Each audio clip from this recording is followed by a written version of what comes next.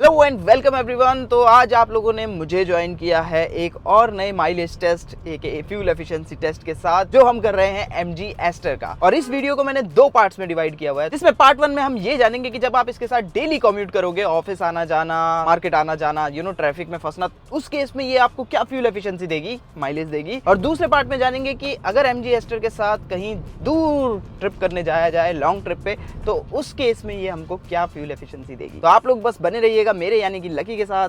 Welcome to what car India. अब जैसा मैंने बताया कि ये माइलेज टेस्ट मैंने दो भागों में डिवाइड किया हुआ है, और सबसे पहले हम ये टेस्ट कर रहे हैं कि डेली कम्यूट में ये गाड़ी आपको क्या फ्यूल एफिशिएंसी देती है। जिसके लिए हमने सबसे पहले तो इसके फ्यूल टैंक को करवा दिया फुल एकदम ऊपर तक। टायर प्रेशर्स को 32 PSI पे सेट करवाया, जो कि मैन्युफैक्चरर रिकमेंड करते हैं। और बाकी चीजें हमारी स्टैंडर्ड ही है, जैसे कि एयर कंडीशनिंग को 22 डिग्री पे सेट किया हुआ है। बाहर जो टेम्परेचर है वो 29 डिग्रीज का है, और ब्लोअर को रखा है ऑटो सेटिंग पे। मोर ओवर एस्टर में आपको किसी तरह का इको मोड नहीं मिलता है, तो जो इसका स्टैंडर्ड मोड है उसी में ये चला रहे हैं हम। तो बॉनेट के अंदर जो ये 1.5 लीटर 4 सिलेंडर इंजन है, रिफाइन है। अंडर पावर आपको कहीं भी नहीं लगेगा सिटी इन्वायरमेंट में। More than enough power and torque है इसके पास। और जो ये CVT गियर बॉक्स है, जो कि इस गाड़ी का सबसे ज्यादा इंपॉर्टेंट अपडेट है, ये सिटी के हिसाब से एक्चुअली मुझे काफी अच्छा लगा। मतलब ये इंजन को काफी अच्छे से कॉम्प्लीमेंट करता है, कंफ्यूज फील नहीं होता है, और काफी स्मूथ है। CVT है तो स्मूथ तो होगा ही। और इससे याद आया, हमने इसका परफॉर्मेंस टेस्ट भी किया था, जिसमें इसने 0 to 100 तक स्प्रिंट करने में 17.53 सेकंड्स का टाइम लिया। और ये फिगर्स ऑनेस्टली बिलो एवरेज है। हाँ जी, तो अभी तक हमने लमसम 10 किलोमीटर्स कवर कर लिए है, 40 मिनट होने को आए हैं। और जो फ्यूल एफिशिएंसी अभी इंडिकेट हो रही है वो है 8 किलोमीटर्स पर लीटर की। मतलब गिवन दैट की एवरेज स्पीड अभी 15 से 16 किलोमीटर्स पर आवर के आसपास है। फ्यूल एफिशिएंसी डिसेंट लग रही है फर्स्ट इंप्रेशंस में, बट रियलिटी में ये क्या होगी वो तो अभी थोड़ी देर में हमें पता चल ही जाएगा। जब हमने शुरू किया था तो 29 डिग्रीज था, अभी जो है 31 डिग्रीज हो चुका है टेम्परेचर। बारिश भी हो रही है। मौसम थोड़ा सा अजीब सा हो रखा है। I think this is the right time. मैं आपको ना इसमें हुए चेंजेस बता देता हूँ। मतलब साइलेंटली थोड़ा सा MG ने इसको अपडेट किया था। सो बेसिकली इसकी जो फ्रंट की दोनों सीट्स हैं ये अब वेंटिलेटेड हो चुकी है। इसमें आपका जो ये IRVM है ये ऑटो डिमिंग हो चुका है। अदर देन दैट जो ये स्क्रीन है, इसमें भी मुझे ऐसा लग रहा है कि थोड़ा सा अपग्रेड किया गया है। फर्स्ट ऑफ ऑल जो सॉफ्टवेयर है वो तो बिल्कुल डिफरेंट है, लेकिन जो स्क्रीन की क्वालिटी है वो भी मुझे थोड़ी सी बेटर लग रही है। हाँ, इसमें wireless Apple CarPlay, Android auto भी ऐड हो चुका है। ये एस्टर अभी तक आपका यहीं पे है, जिसको आप ऐसे कंट्रोल कर सकते हो, यहाँ बटन दबा के। Open the sunroof. Oh shit, बारिश हो रही है। सनरूफ बंद करो। हिंदी नहीं सपोर्ट करता है। Sunroof, please close the sunroof. Close the sunroof. It works. And जो इसमें एनिमेशंस आती है वो भी मेरे को थोड़ी सी क्यूटिश लगी। पोकी टाइप है ये थोड़ा। और हाँ, आपके फ़ोन के लिए यहाँ पे वायरलेस चार्जर भी ऐड हो गया है। और ना, जब आप वेंटिलेशन ऑन करते हो तो मैंने ये देखा कि जो आपका बेस है वो तो ये अच्छे से ठंडा कर देती है। हालांकि जो बैक है वो इतना खास वहाँ पे आपको इफेक्ट नहीं दिखता है। हालांकि ये भी अपने आप में एक अच्छा एक्सपीरियंस है। ओवरऑल यही थे सारे फीचर्स जो कि MG ने ऐड किए हैं। ऑनेस्टली देखा जाए तो इसको इतना कुछ ज़्यादा ऐड करने की वैसे ज़रूरत भी नहीं थी, क्योंकि ये जो पूरा का पूरा कैबिन है ये आपको काफ़ी प्रीमियम लगेगा। आप ये कह सकते हो कि अपने सेगमेंट में ये सबसे ज़्यादा प्रीमियम है, क्योंकि ऊपर भी आपको यहाँ सॉफ्ट टच लुक मिलता है। ये आपका लेदरेट है, इसकी स्टिचिंग भी अच्छी है, और सारा का सारा सॉफ्ट टच है, पूरा नीचे ऊपर हर जगह जहाँ भी आप टच करो। स्क्रैची प्लास्टिक भी है, बट मोस्टली जो आपके टच पॉइंट्स हैं वो सॉफ्ट टच हैं। और यहाँ पे देखिए पियानो ब्लैक की जगह कार्बन फाइबर जैसी फिनिश का यूज़ भी किया गया है, विच आई लाइक। पियानो ब्लैक का यूज़ केबिन के अंदर इतना ज़्यादा नहीं हुआ है। और हाँ, ये जो अपहोल्स्ट्री है इसमें आपको दो ऑप्शन मिलते हैं। एक तो ये जो आप देख रहे हो अपने सामने, ये लाइट कलर, दूसरा आपके पास रेड कलर का ऑप्शन है। वो आप लोग मुझे बताओ कि आपको रेड पसंद है या फिर ये लाइट कलर ज़्यादा पसंद है। और ये हैं इसमें मिलने वाले फीचर्स, जो कि आप पॉज करके देख सकते हैं। और ये हैं इसमें मिलने वाले सेफ्टी फीचर्स, अगेन आप पॉज करके देख सकते हैं। इसकी राइड क्वालिटी आपको सिटी में डिसेंट इनफ लगेगी। मतलब थोड़ा सा सॉफ्टर साइड पे है। एज अ रिजल्ट जितने भी ये पॉट होल्स हो गए, स्पीड ब्रेकर्स हो गए, रफ पैचेस हो गए, वो सब के सब अच्छे से ये मैनेज कर लेती है। हाउएवर स्टीयरिंग का केस थोड़ा सा इंटरेस्टिंग है, क्योंकि इसमें आपको बेसिकली स्टीयरिंग के लिए मोड्स मिलते हैं। जो आप यहाँ व्हीकल सेटिंग के अंदर जा कर के कर सकते हो। तो अगर आप यहाँ स्टीयरिंग में जाओगे तो बेसिकली ये इलेक्ट्रॉनिक पावर स्टीयरिंग का मोड्स हैं, और अभी मैंने इसको डायनेमिक में रखा हुआ है जिसमें ये थोड़ा सा वेट रहता है, इसमें स्पोर्टी लगता है स्टीयरिंग। अब मैं इसको अर्बन में ट्राई करता हूँ। अर्बन में ये काफ़ी लाइट हो जाता है। So basically you are getting the point कि अर्बन में ये काफ़ी ज़्यादा लाइट हो जाता है, डायनेमिक में थोड़ा स्पोर्टी रहता है, और वहीं जो नॉर्मल है उसमें बीच में कहीं।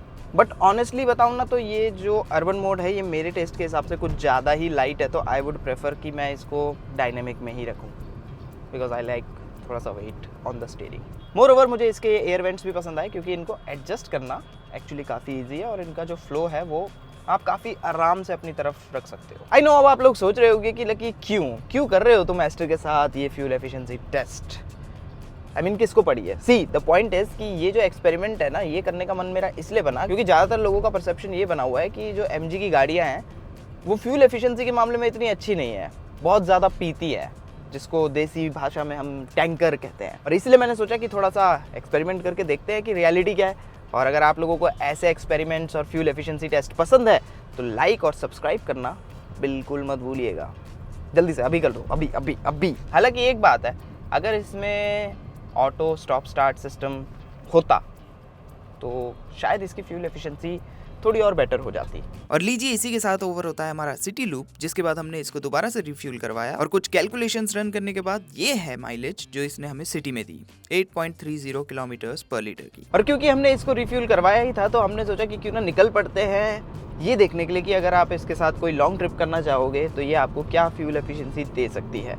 नाउ ये करते करते हमें लगभग 1.5 घंटा हो चुका है, 73 किलोमीटर्स हमने कवर कर लिए, और 10.5 किलोमीटर्स पर लीटर की फ्यूल एफिशिएंसी जो है अभी इंडिकेट हो रही है। और ये 10.5 kpl की एफिशिएंसी काफ़ी देर से इंडिकेट हो रही है, ना कम हो रही है ना ज़्यादा हो रही है। अच्छा, स्पीड हम कोशिश कर रहे हैं कि इसको 80 to 100 के बीच में क्रूज़ करते रहें, और जब हम 100 पे क्रूज़ कर रहे हैं तो इंजन अराउंड 2000 RPM के आसपास रेव कर रहा है। अब रियल वर्ल्ड में ये कितनी फ्यूल एफिशिएंसी देती है ये तो मैं आपको थोड़ी देर में बता ही दूंगा, लेकिन उससे पहले आपको कुछ बातें जान लेनी चाहिए अगर आप ये गाड़ी लेने में इंटरेस्टेड हो तो।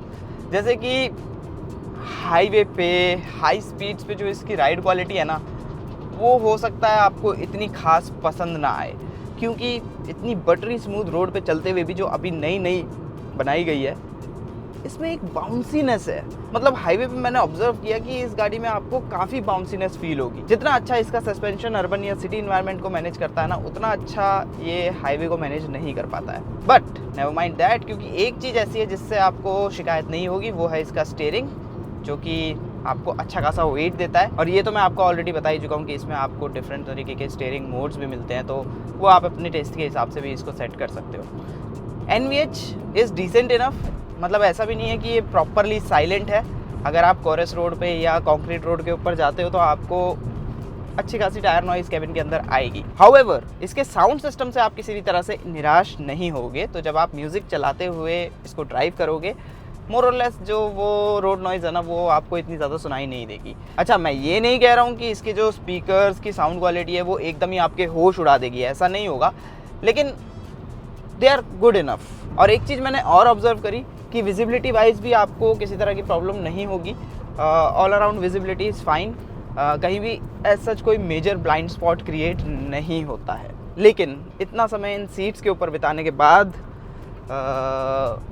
एक चीज़ मैं कहना चाहूँगा कि मुझे ये इतनी खास पसंद नहीं आई। मतलब देखिए, ये सपोर्टिव हैं तो लॉन्ग जर्नीज़ पे आपके लिए अच्छा रहेगा, लेकिन मुझे पर्सनली मेरे टेस्ट के हिसाब से ये कुछ ज़्यादा ही फर्म लगी।